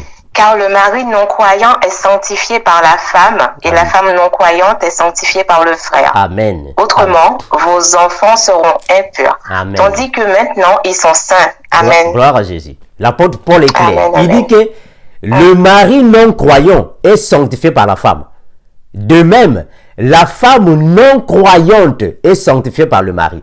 Donc ici, il s'adresse à un couple qui est chrétien et païen. Parce qu'un non-croyant signifie un païen. Donc, Quand déjà, toi, je prends l'exemple, si tu as un homme, si tu vis déjà avec un homme, marié bien sûr, pas dans le concubinage, marié bien sûr, et que le mari est païen, si tu vois que le comportement de ton mari correspond à tes besoins, à tes désirs, à ton choix, ne le chasse pas, ne le châtie pas, parce qu'il peut aussi être sanctifié par ta conduite, par ta sanctification. Il peut être bénéficiaire de ta conduite. Tu peux le gagner sans la parole. Juste ta conduite, ta façon de s'habiller devant lui, ta façon de faire la cuisine devant lui. Voilà le respect. L'attention, l'amour. Gloire à Jésus, la soumission, la façon de lui traiter. Il peut aussi devenir chrétien parce que moi, en fait, parmi les étudiantes, il y a des sœurs qui ont des maris qui étaient longtemps des païens, mais leur mari commence maintenant à écouter la parole de Dieu par rapport à la conduite de leur femme. Donc, ce sont les maris qui sont gagnés par la parole. Donc, c'est clair, ma soeur, c'est clair. Voilà. Donc, est-ce que nous pouvons aller... est-ce que tu peux encore voir 2 questions pour que nous puissions en finir parce que nous avons déjà fait plus d'une heure, dit-on. Ah, j'avais trop de questions alors. Bon, ça va. Bon, vas-y. Alors, j'aimerais savoir aussi si la différence de culture peut être un obstacle à la soumission de la femme dans son foyer. Parce que, voilà. Vas-y. Tu m'entends, frère Armando? Vas-y, ma soeur, vas-y. Oui, parce que par rapport à l'éducation, parce qu'on ne reçoit pas la même éducation, donc... moi, par exemple, je viens des Antilles et chez nous, on fait pas de différence filles-garçons. On traite pareil, que ce soit fille ou garçon, on est traité pareil. Alors que dans d'autres cultures, c'est pas ça. Les garçons sont supérieurs aux filles, sont plus considérés, comme dans la culture indienne ou africaine. On est d'accord. Donc, j'aimerais savoir si c'est un obstacle à la soumission. Ça peut être un obstacle, la culture. Très bien, ma soeur, je vais t'emmener... Je sais pas si je suis claire. Très bien, j'ai compris, très bien, c'est clair. Oui, je vais t'emmener dans la parole. Mais avant de te donner les versets bibliques, j'aimerais que tu puisses comprendre une chose, que les lois de ce monde sont sataniques. Ça va? Les lois de ce monde sont sataniques. Nous, les chrétiens, nous devons nous baser sur la loi biblique. C'est Dieu qui a dit, Dieu a dit ceci, l'homme quittera son père et sa mère, s'attachera à sa femme. Mais qu'est-ce que les lois du monde viennent dire que non, l'homme aussi peut, l'autre là, quitter son père et sa mère et s'attacher à un homme. La femme aussi peut quitter, s'attacher. Ça, c'est déjà la contradiction de la parole. C'est la même chose qui s'est passée. Et souvent aussi chez nous, excuse-moi frère Armando, j'aimerais juste rajouter quelque chose. Chez nous aussi, on nous dit de faire de notre travail le premier mari. Ça, c'est faux, ma soeur, c'est faux. Ça, on le dit souvent aux Antilles, hein, que ton travail soit ton premier mari. Abominable. Et moi, j'ai fait de mon travail mon premier mari, du coup. Non. Parce que j'ai grandi avec ça. Donc, non, ma soeur. Non, voilà. Ma soeur. À moins que, non, écoutez, à moins que vous êtes célibataire et c'est c'est votre travail qui vous pourvoit les choses à vivre. Ça va. Mais ici, nous sommes dans le cas du mariage, c'est-à-dire un homme et une femme. Alors,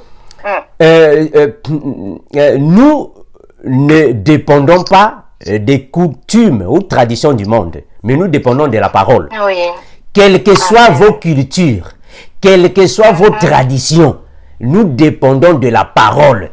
Toute femme doit être obéissante à son mari, soumise à son mari, quel que soit ton niveau d'études, quelle que soit ta culture, ta race, quel que soit ton pays, tu dois être soumise à ton mari. Quand ton mari frappe sur la table, toi tu t'assois. Tu prends ta bouche, tu fermes. Voilà, ça c'est la parole de Dieu. Et une femme ne peut jamais hausser la parole devant l'autre, son mari. Non, jamais. Quelle que soit la culture. Parce que qu'est-ce que nous dit la parole?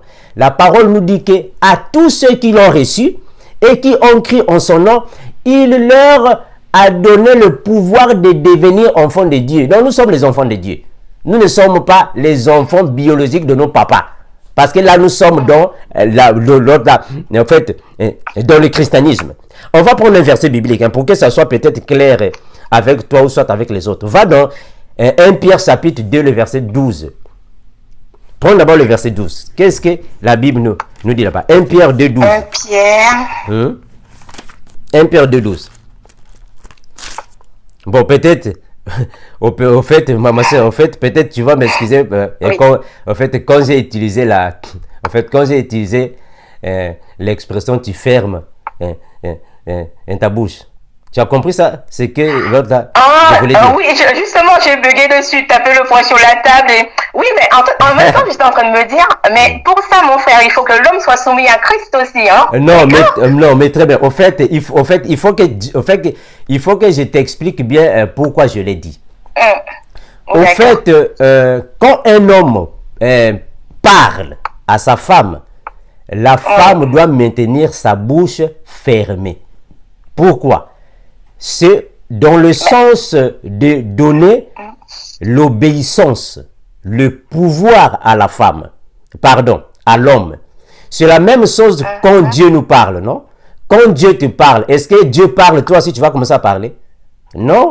Non, il faut écouter. Voilà, très bien. Quand Dieu parle, toi tu dois écouter ce que Dieu dit. C'est ça la parole. La Bible dit que une femme n'est pas soumise à son mari parce que le mari est un homme. Non, c'est à cause du Seigneur que vous êtes soumis. Alors, si tu veux ouvrir ta bouche pour parler, en fait, excusez-moi pour l'expression, quand tu veux parler à ton mari, attends que le mari s'abaisse. Attends que le mari te donne la parole. Attends que le mari se calme. C'est alors que tu vas parler à ton mari. Tu ne le fais pas ça parce qu'il est homme, non. Mais tu fais ça par rapport au Seigneur. C'est ce que les gens doivent nous comprendre. C'est par rapport au Seigneur parce que ça ne correspond pas à un couple chrétien que l'homme parle, la femme aussi répond. L'homme parle, la femme répond. L'homme tape sur la table, la femme aussi. Non. Ça, c'est pas un couple chrétien. Ça, c'est pas un couple chrétien. Mais tu parles dans le cadre où l'homme, il est soumis à Christ et il aime sa femme comme Christ a aimé l'Église. On est d'accord? Non, maintenant, tu es maintenant dans la révélation. On doit bien expliquer ça. Hein, ma sœur? On doit bien expliquer ça. Parce que j'ai l'impression que c'est toujours la femme qui doit... et l'homme, voilà. Bon, très bien. Maintenant... C'est pas pour contredire, hein. Mais moi, je dis que si l'homme veut une femme soumise, lui-même, il doit être soumis à Christ. Hein, on est d'accord. Mais c'est ce que je t'ai dit, non? C'est ce que je t'ai dit. Moi, j'ai dit ceci. Bibliquement parlant, je t'amène dans la Bible. Ça va, ma sœur? Bibliquement parlant, nous avons ce qu'on appelle par la doctrine et la révélation, la connaissance et la prophétie. Bon, je ne vais pas t'emmener loin là-bas. Je t'amène seulement dans deux cas. Nous avons la doctrine et la révélation. Alors, dans la révélation, un homme doit être soumis à Christ. Ça, c'est la révélation. Nous devons tous être soumis à Christ parce que la femme aussi symbolise l'homme. L'homme aussi symbolise une femme qui est soumise à Christ. Ça, c'est d'après la révélation. Maintenant, d'après la doctrine, la femme, c'est toute personne qui possède un sexe féminin. C'est ça la femme.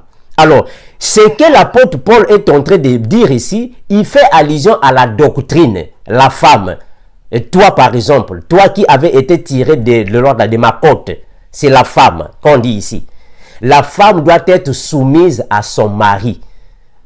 Et quand le mari s'énerve, quand le mari prend la parole, l'autorité sur toi, tu ne peux pas rétorquer ton mari. Tu dois attendre que le mari s'abaisse afin que vous ayez une réconciliation, un commun accord. C'est là où que je suis, ma sœur. Mais cela ne signifie pas que vous êtes nos esclaves. Non, vous n'êtes pas nos esclaves. Parce que sans la femme, l'homme ne peut pas avoir le bonheur complet. Parce que c'est vous qui complétez le bonheur de l'homme. Mais c'est dans le sens de l'obéissance de la parole. Donc, je t'ai donné 1 Pierre 2,12. Va là-bas, ma sœur. 1 Pierre 2,12. 1 Pierre 2,12 à 17. 1 Pierre 2,12. Voilà. Je lis au nom de Jésus.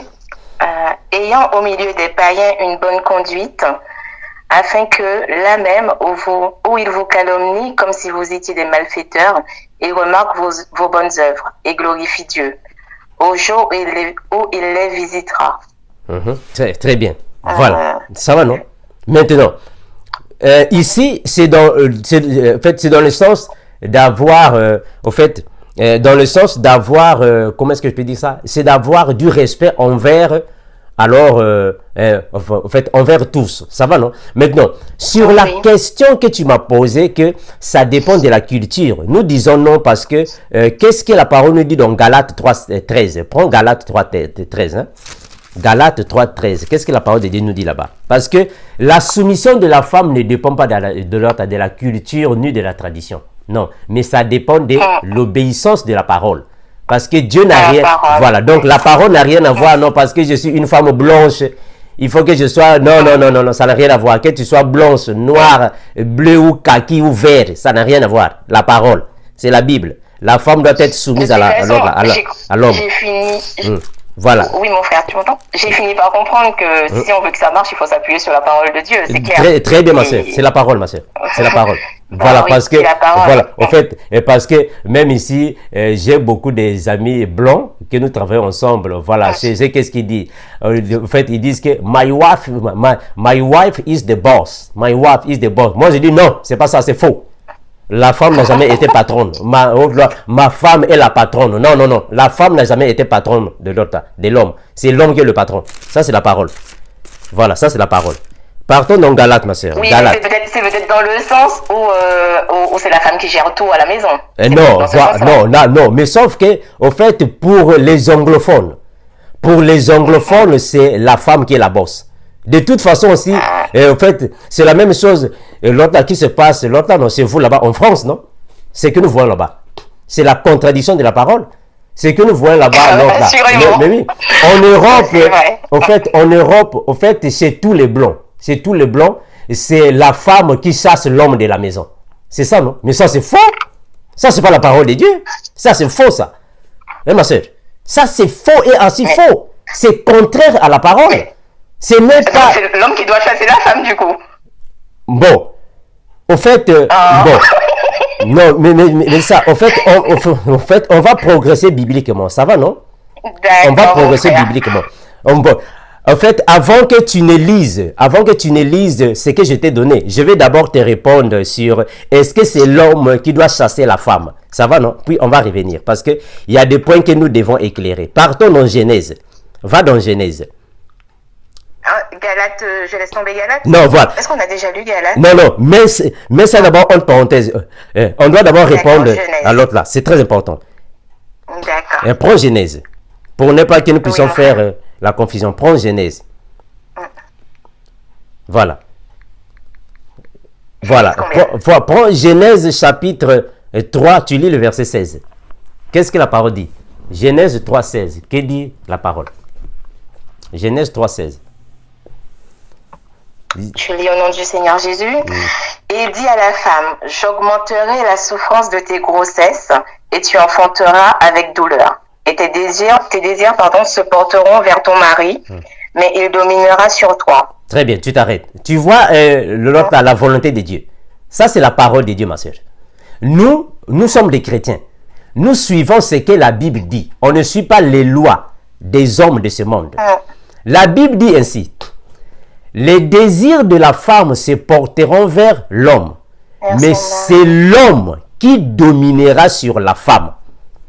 Mais dominer dans quel sens, Armando? J'ai l'impression que l'émission va durer plus de temps que prévu. Non, j'ai compris. Dominer, parce que le mot dominer là, ça donne... C'est un peu confus. Très bien, mais ça... Voilà pourquoi nous sommes ici pour l'expliquer, ma soeur. Quand Dieu dit que c'est l'homme qui domine sur la femme, c'est-à-dire que c'est l'homme qui a l'autorité sur la femme. La femme a la soumission devant l'homme. C'est-à-dire que la femme ne peut jamais prendre des décisions sur l'homme, mais c'est plutôt le contraire. C'est l'homme qui prend des décisions sur la femme. Alors, les gens du monde, les lois de ce monde sont imprégnés par le satanisme. Voilà pourquoi ils ont ce qu'on appelle par l'émancipation de la femme.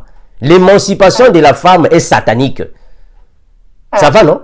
Donc, eux, ils disent que, voilà, ils disent que l'homme et la femme ont les mêmes droits. Non, nous disons que c'est faux. Bibliquement parlant, c'est faux. C'est clair que c'est faux. C'est faux. Ce n'est pas à une femme de chasser l'homme de la maison. quand nous allons dans la Bible, bibliquement parlant, un homme, c'est l'homme qui répudie la femme. Ce n'est pas la femme qui répudie l'homme. C'est contre la parole. C'est contre la parole. On a lu ça dans Luc.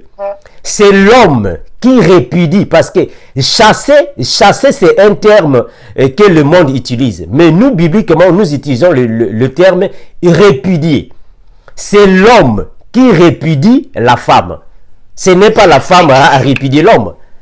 Mais si c'est l'homme qui a trompé la femme, c'est pas la femme qui doit le chasser?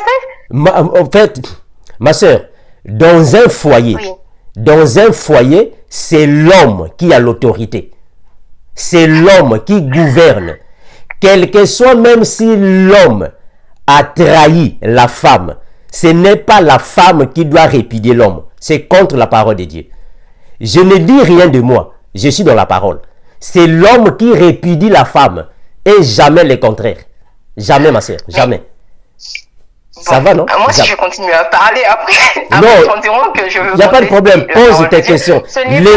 L'Église nous écoute. Pose tes questions. Il n'y a pas de problème. Si c'est la femme qui se fait tromper, elle ne peut pas chasser son mari. Non, c'est ce que je t'ai dit. La femme ne peut jamais chasser le mari, comme tu dis chasser. Nous, bibliquement parlons, je suis dans la Bible, ma soeur. Nous, bibliquement parlons, nous utilisons le terme répudier. Répudier. Oui. Voilà. Les gens du monde utilisent chasser, mais nous répudier. La Bible nous apprend que c'est l'homme qui répudie la femme. Ce n'est pas la femme qui répudie l'homme. C'est le monde. Ce sont les lois des païens. Ce sont les lois des hommes du monde qui ont utilisé le terme chasser l'homme de la maison. C'est contre la parole de Dieu. Contre la parole de Dieu. Eh ma soeur, nous partons dans la Bible. Nous sommes dans la Bible. Selon la Bible, c'est l'homme qui répudie la femme. On n'a jamais dit que c'est la femme qui répudie l'homme. C'est contre la parole. C'est comme si tu me disais l'autre là. Parce que on va prendre ça dans la révélation. Ça va? Dans la révélation. Oui. Est-ce que c'est l'Église qui doit répudier Jésus-Christ ou c'est Jésus qui répudie l'Église? Tu m'as eu, mon frère, ok. Ah voilà, c'est ça, ma soeur. D'accord, j'ai rien à rajouter. Ah, amen, c'est clair, ma soeur. Gloire à Jésus. Amen, c'est clair. Waouh. Voilà, c'est clair. D'accord. Voilà. Donc, en fait, le fait que la femme soit soumise à son mari, elle est plus à même de pardonner, en fait. Mais c'est ça, ma soeur, c'est ça. Je ne fais que... C'est elle qui doit pardonner, en fait. Je ne fais que rebondir sur mes paroles. Je ne fais que rebondir sur ma parole. Et, en fait, la femme doit être soumise à l'homme. Mais la soumission n'est pas l'esclavage. Parce que l'homme doit aimer sa femme. La femme soumise, l'homme aime sa femme. Alors, là où il y a un problème, il faut que les deux puissent avoir un commun accord. Parce que l'homme doit aimer sa femme. Et moi, je t'assure déjà, ma soeur, je te le dis, et je dis ça à l'église, que le frère Armando aime sa femme à un niveau très élevé. Voilà, je suis très amoureux de ma femme. Alors moi, je ne peux jamais répudier ma femme de la maison. On doit avoir un commun accord parce que je l'aime. Voilà, j'aime ma femme. Alors, ce n'est pas parce que je sais que je suis au-dessus d'elle et que je dois prendre des décisions comme je veux. Non, c'est pas ça. Il faut qu'il y ait un commun accord.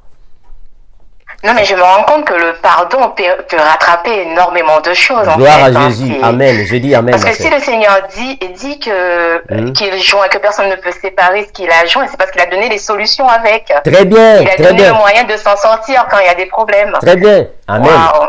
Amen. Gloire à Jésus. Maintenant, on va revenir sur... Bon, j'espère que, en fait, ta question là est claire, non? C'est clair, non? Oui, mon frère, voilà. Oui, c'est clair. Voilà. Moi, j'apprends beaucoup de choses. Hein. Très bien. Oui. Bibliquement parlant, selon nous les chrétiens, c'est l'homme qui répudie la femme et jamais le contraire. Le contraire, c'est l'émancipation de la femme. Et l'émancipation de la femme est satanique. C'est anti-biblique. Anti-biblique. Là, c'est clair, ça va. Maintenant, on va revenir sur ta question qui dit que en fait, la soumission dépend de la culture et la tradition. Nous disons ça. Donc, ma soeur, toutes ces lois sont des lois sataniques. Ce sont les hommes, les hommes du monde qui ont créé toute l'autre là, ces lois. C'est l'émancipation de la femme.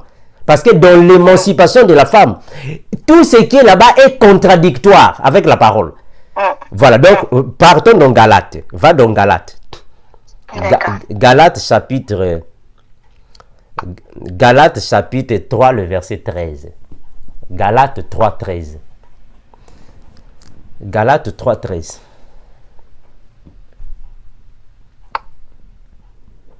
Galates 3, 13.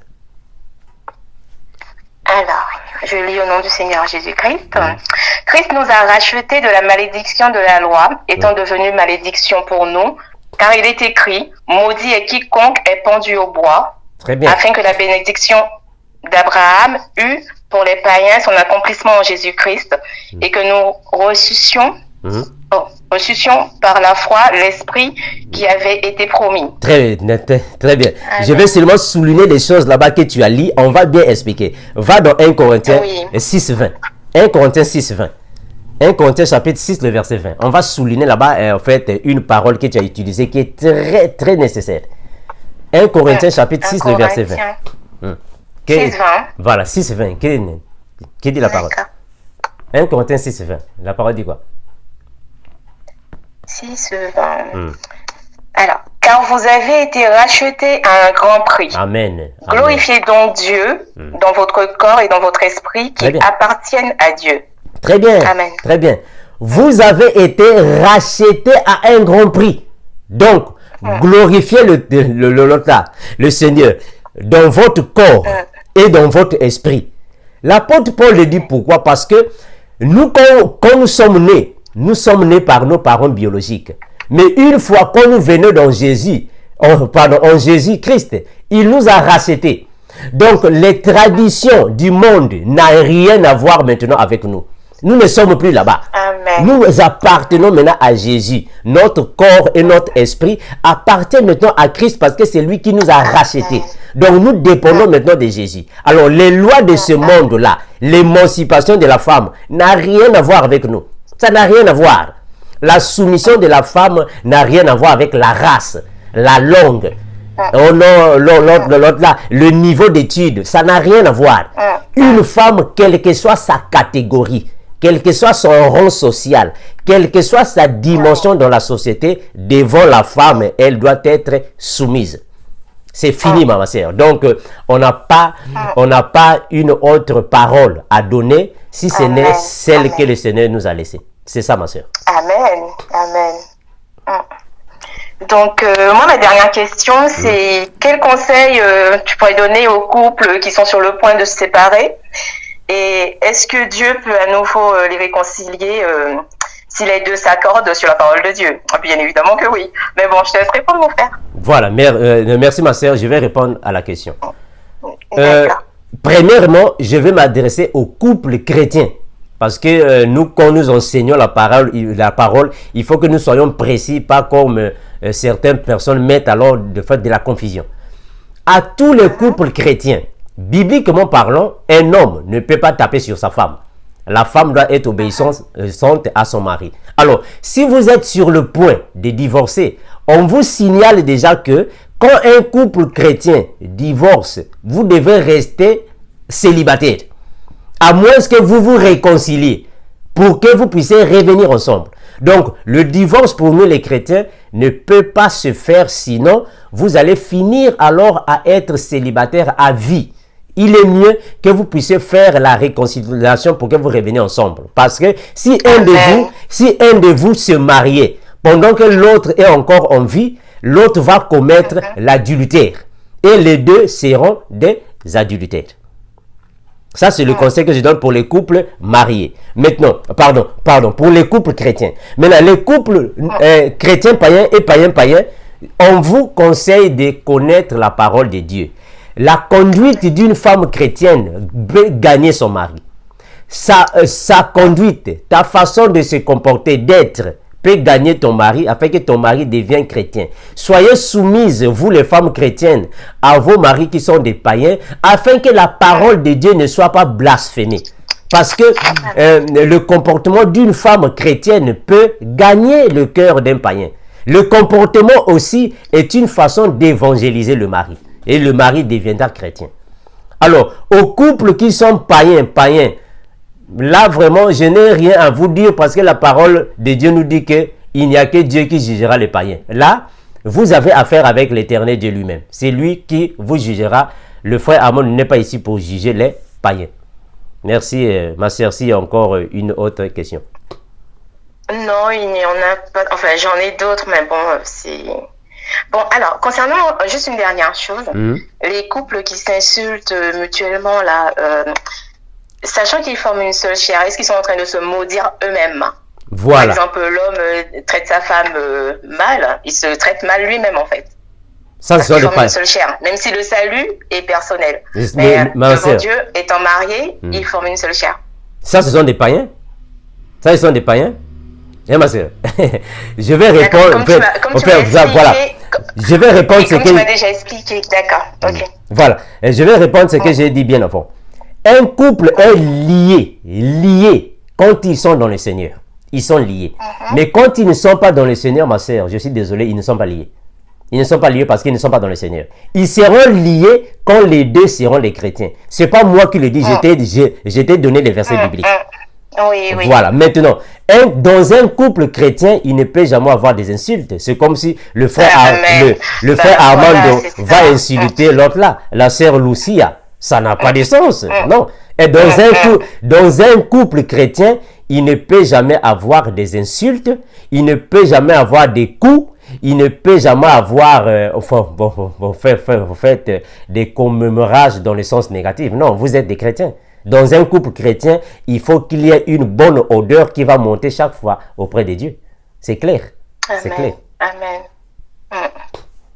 Et pour moi, c'est tout. Hein. Donc en fait, il faut vraiment s'aligner sur la parole de Dieu pour que le mariage fonctionne. Il faut qu'il y ait l'amour, le pardon, le dialogue. Très bien. La complicité. Amen. Amen, ma soeur. Et former une bonne équipe, quoi. Amen. Sinon, très bien, ma soeur. Il n'y a qu'un seul adversaire au final. Très bien, ma soeur. C'est le diable. Je comprends. Donc, en fait, pour en terminer, je voulais juste t'exhorter en une chose. Ça va, ma soeur? Ah oui. Voilà. Ma soeur Dio, moi, je suis convaincu que tu n'as pas fait les mêmes cultures ou soit les mêmes traditions avec les femmes africaines. Je comprends ça. Mais il y a beaucoup de similitudes. Hein. Pardon? Il y a beaucoup de similitudes. Voilà, je comprends qu'il y a plusieurs... Ce que moi je voulais faire remarquer, c'est juste que, par exemple, chez vous, les garçons sont un petit peu plus considérés que les filles. Voilà, mais c'est ça, c'est ce que je voulais dire. Voilà, mais chez nous, non, c'est ce que moi je voulais dire. Voilà, c'est ce que je voulais dire. Je voulais dire que les différences entre les femmes africaines et les femmes non africaines ne peuvent jamais, ces différences ne peuvent jamais influencer notre vie chrétienne. Dans la vie chrétienne, nous sommes tous pareils. Tous pareils. Les cultures et les traditions n'influencent pas la doctrine de Jésus. Une femme chrétienne est obligée d'être soumise à son mari. Quel que soit ton rang social, tu dois être soumise à ton mari.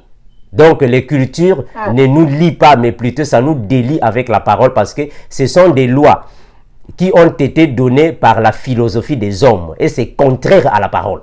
C'est contraire à la parole. Voilà. Donc c'est ce que je voulais te dire en mes mots. Merci mon frère. Gloire à Jésus. En tout cas, j'ai appris beaucoup de choses. J'espère que ça aidera. Amen. Enfin, ça m'a beaucoup aidé, mais j'espère que les sœurs sont bénies et qu'elles auront des réponses. Gloire à Jésus. Et merci beaucoup, frère Armando. Merci, ma sœur. Je te souhaite une bonne journée. Sois béni. Merci également. Bien des choses à toi. Merci. Oui, merci. Ils sont bénis. Ok, merci. Ciao. Merci. Amen. Merci, mes frères et sœurs. Vous avez suivi le partage avec la sœur Dio. Le frère Armando avait déjà enseigné sur les 3 types de mariage. J'avais déjà enseigné, vous pouvez l'accompagner dans la chaîne Vérité 116 TV. L'émancipation de la femme est satanique. Ça n'a rien à voir avec nous, les chrétiens. Toute femme, quelle que soit ta culture, quelle que soit ta tradition, quel que soit ton rang social, ton niveau d'études, tes richesses, une femme doit être soumise à son mari. C'est l'homme qui a l'autorité sur la femme et la femme a la soumission envers son mari. Mais la soumission ne signifie pas dire l'esclavage, parce que l'homme aussi est obligé d'aimer sa femme. L'homme doit aimer sa femme parce que c'est une obligation. Et chez nous les chrétiens, nous ne chassons pas les femmes, mais nous répudions les femmes, parce qu'il y a une différence entre chasser et répudier. Il y a une différence pour nous les chrétiens. Et c'est l'homme qui répudie la femme, et non le contraire. Mais aussi, nous disons qu'un homme chrétien, soit dans un couple chrétien, il est mieux que vous puissiez avoir un commun accord que d'arriver au point de répudier la femme. Parce que quand un homme répudie sa femme, il faut qu'il y ait une réconciliation afin que vous puissiez revenir ensemble. Parce que si l'un de vous se marie au premier, il va commettre l'adultère et l'autre sera libre pour avoir une autre femme. C'est ce que nous ne voulons pas que ça s'accomplisse dans le Seigneur. Mais tout dépendra alors de l'homme. Mais vous ne pouvez, l'homme ne peut que répudier sa femme sauf pour un cas d'infidélité. Nous sommes ici pour éclairer la parole. Tous ceux qui ont des doutes sur tout ce que nous enseignons, appelez le frère Armando, nous allons passer sur un direct pour que l'église soit alors éclairée sur tous les points bibliques. Merci. Nous sommes ici dans cette émission à la lumière des Écritures. Si vous avez remarqué des choses qui sont contre votre croyance, appelez le frère Armando afin que nous puissions les éclairer bibliquement. Je vous aime par l'amour de Christ et comme nous avons toujours dit, Maranatha, le Seigneur Jésus revient bientôt. Merci et ciao.